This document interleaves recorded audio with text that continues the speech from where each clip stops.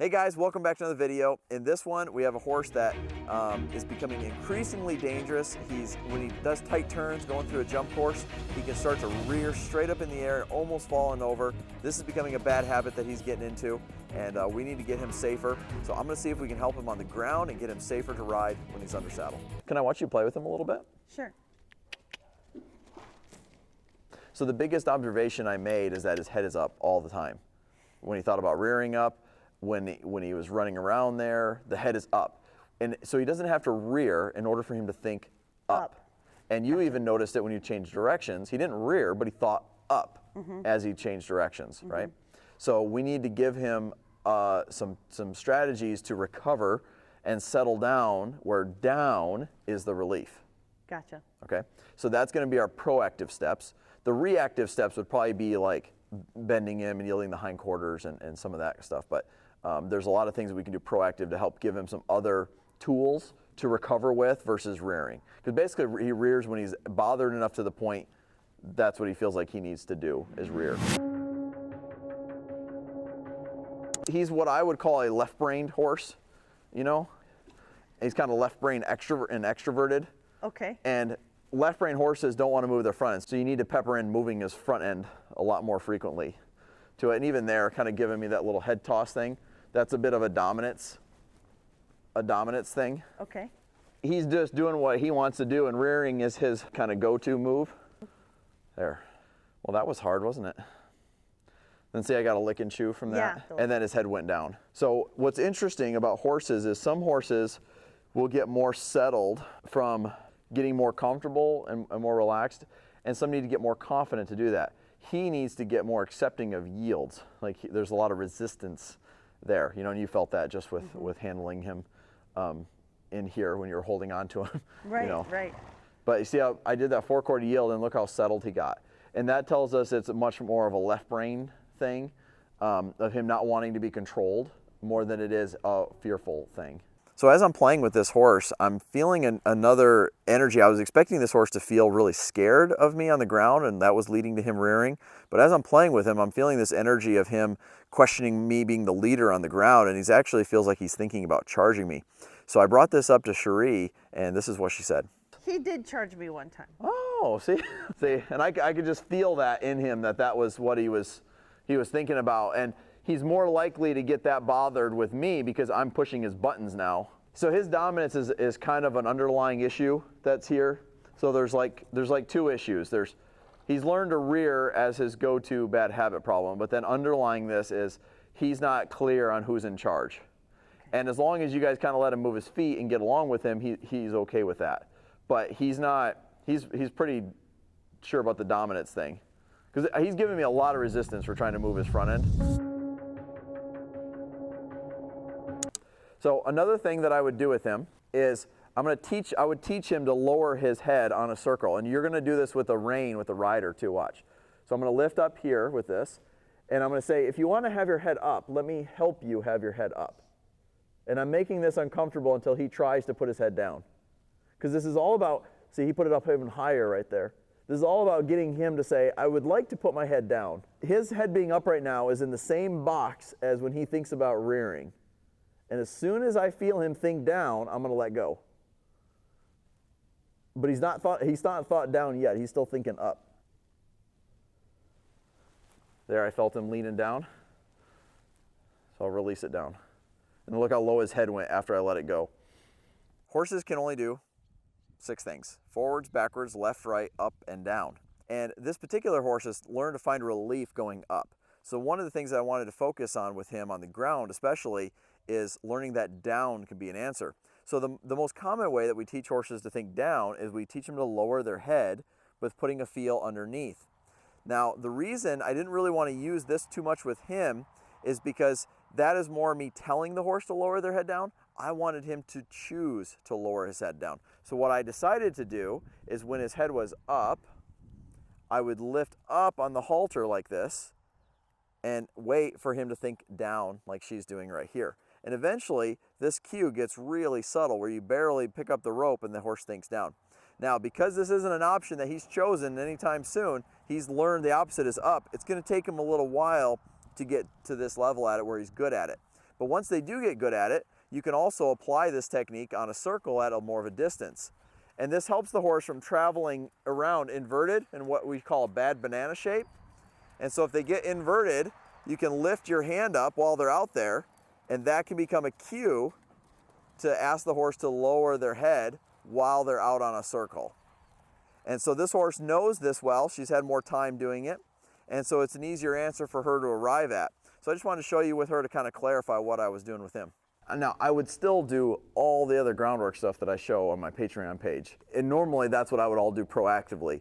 But since we're only here, you know, for today, I'm trying to get right to the heart of the issue here. So when you're circling him, I would not just let him circle and run. If his head's not in the air, then it's fine.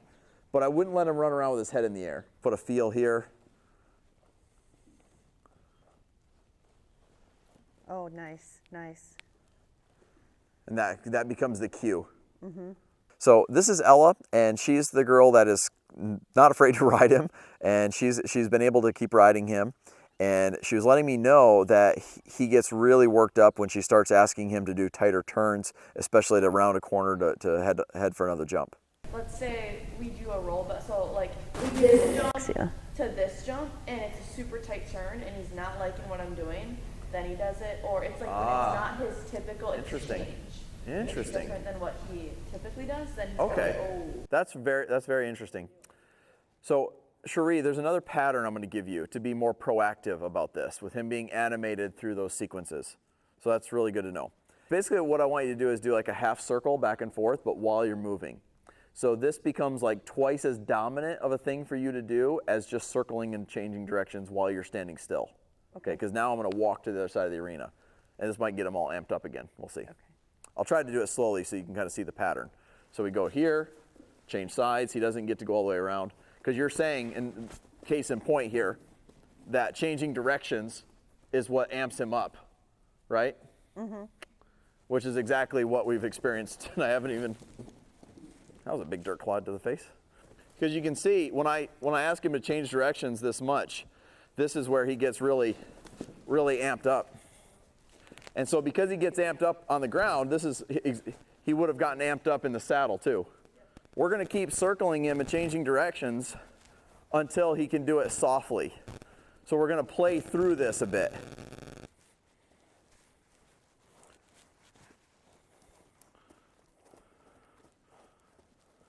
That was better. Better. See the difference? He finally figured it out. He's like, oh, I don't have to go run like crazy. Real quick, I just want to thank our sponsor of today's video, which is Prevent Feeders. This is a feeder that I recently saw at a horse fair I was at. And something that's super cool about it is it has this, it's a kind of a slow feeder. And if you've ever had a horse choke when they're eating because they're eating too fast, it is one of the scariest things that you can deal with because the vet can't get there soon enough and they kind of just got to work through it. It's an ugly thing to see, and I hope you never have to deal with it. But if you are dealing with it, this feeder will help you out. It's got some nice heavy-duty clamps here to attach it in 3 places, and then it's got these different size feeders. It'll slow the horse down by about 3 times is how long it takes him to feed. So make sure you guys go check them out. We'll leave a link in the description below. Let's get back to the video. So now that we've done some groundwork with him and got him kind of thinking and understanding pressure a little better and understanding that he can put his head down for relief, we're going to see if we can recreate that under saddle and start getting him to lower his head while being ridden. I would do a slightly even more deliberate cue of just lifting up the inside rein. And you can, if you have to, you could also add a little inside leg and just keep him going around the rail. And whenever you see his pole get lower to the ground, then go ahead and release it. There. So don't just release it if he gives you vertical flexion, but release it when you see his head and neck go lower. So this is something that I think is a good proactive step to just help him get relief with his head down. So I want to have you do one more thing proactively before we challenge him. I want to have you bend his head and disengage his hindquarters. So why don't you come over on this side of the jumps for it? So you're going to take one rein and just kind of pull it to your hip and just with your inside leg, ask him to move his hip around. And then just do that until he feels soft with it, and then lift both reins up and ask him to lower his head. So, yep, disengage the hindquarters. A little stronger with your rein. Bend his head more. More bend with his head. Really bend his head around. Good. Now lift both hands up softly and stop. And just hold and wait for him to lower his head. Right there. Drop your hands. Perfect. So that's the move. That's all the more complicated it is. The idea is to teach him that when things are going well, so he knows that move. He knows you're going to bend him, yield his hindquarters, and then head reins down to head down. That's the thing. So that is your correction / recovery strategy if you feel him getting really animated. Like you're like, okay, his brain's starting to go to that pop up, rear up, anxious, whatever you feel in him that kind of leads to that. That's your bring him back down cue. That's how you bring it down. And I don't think it'd be a bad thing at all as part of your warm up to ride him at a walk and trot and do the one rein head down like we did at the first thing.